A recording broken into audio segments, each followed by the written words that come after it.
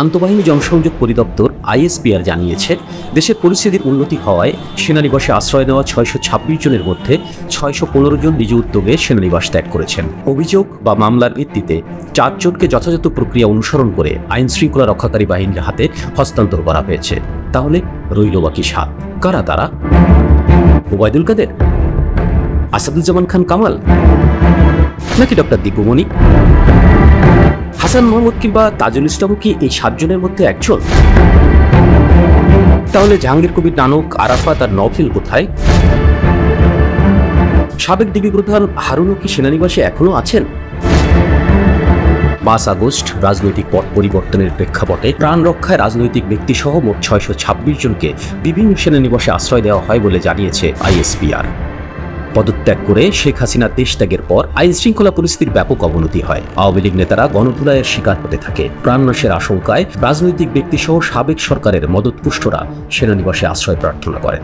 বিচার বহির্ভূত কর্মকাণ্ড রোধ, জীবন রক্ষা ও আইনের শাসন সমুন্নত রাখার লক্ষ্যে 626 জনকে বিভিন্ন সেনানিবাসে আশ্রয় দেওয়া হয় বলে এক বিজ্ঞপ্তিতে জানিয়েছে আইএসপিআর।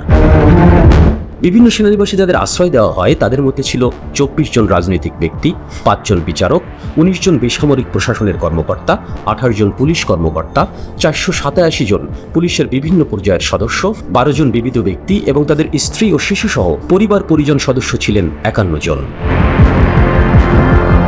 আইএসপিআর সংবাদ বিজ্ঞপ্তিতে জানিয়েছে, আশ্রয়প্রাপ্ত 3 জন তাদের পরিবারের 4 সদস্য সহ মোট 7 জন এখনও সেনানিবাসে অবস্থান করছেন। এক্ষেত্রে সেনাবাহিনীর পক্ষ থেকে সংশ্লিষ্ট মন্ত্রণালয়কে সব তথ্য প্রদান করা হয়েছে। কৌতূহলীদের দৃষ্টি এখন এই 3 জন সহ তাদের পরিবারের দিকে। কারা তারা? ওবায়দুল কাদের, আসাদুজ্জামান খান কামাল, ডক্টর দীপু মনি, নাকি আরাফাত? ফিসফাস উচ্চারিত হচ্ছে হাসান মাহমুদ, তাজুল ইসলাম, জাহাঙ্গীর কবির নানক, নওফেলের নামও। গান কথা চলছে ডিবি হারুন আর বিপ্লব কুমার সরকারকে নিয়েও। খোদ পুলিশ প্রশাসনে এই 2 জনকে নিয়ে তৈরি হয়েছে ব্যাপক ক্ষোভ। জনসাধারণের ডিউটিতে থাকা পুলিশ সদস্যদের অনেকেই নাম প্রকাশ না করার শর্তে ক্ষোভ নিয়ে বলেন, এসি রুমের মধ্যে বসে হারুন আর বিপ্লব সহ পুলিশের বড় কর্তারা ওসি আর সাব ইন্সপেক্টর সহ পুলিশ বাহিনীর অন্যান্য সদস্যদের হুকুম দিতেন নানা ধরনের দমন পীড়নের জন্য। তাদের হুকুম তালিম করতে গিয়ে সাধারণের ক্ষোভের মুখে পড়েছিলেন পুলিশের অধীনস্থ সদস্যরা। পুলিশ বাহিনীর সদস্যরাও তাদের দৃষ্টান্তমূলক শাস্তি চাচ্ছেন বলে জানা গেছে। হারুন আর বিপ্লব ধরা পড়লে অনেক পুলিশ সদস্যই মুখ খুলবেন বলেও ইঙ্গিত দিয়েছেন।